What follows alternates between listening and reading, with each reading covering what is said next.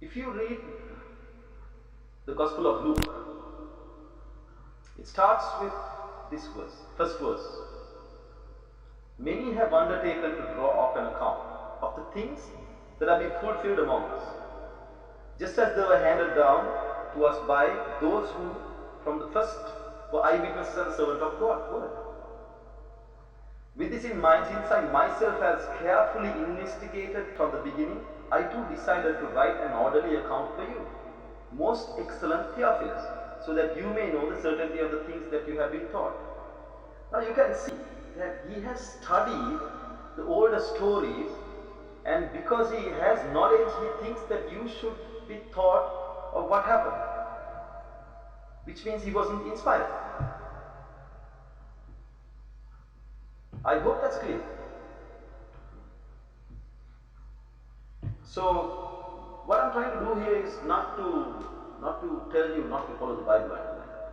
Of course not. Because the Bible is one of the greatest books in the world that has created a huge generation of people who venerate Jesus, who is probably the most humble person to have been known in the world.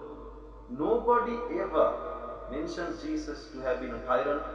They only remember his humility and his serenity. So because of that, the Bible is one of the greatest books. But we have to get out of this idea that these Gospels were inspired. We don't even know whether they were written by Mark, Luke, Matthew and John. Any scholar will know that. Example, the Gospel according to Matthew was written by Matthew himself. He wouldn't call himself by third-party words like you and he.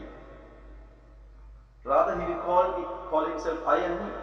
But in the book, it says, if I am not mistaken, Gospel of Matthew, chapter 9, as Jesus went on from there, he saw a man named Matthew sitting at the tax collector's booth. Follow me, Jesus told him. And he followed Jesus. So Matthew wouldn't call himself he. So it has to have been written by a third party. People have assumed that it's Gospel according to Matthew.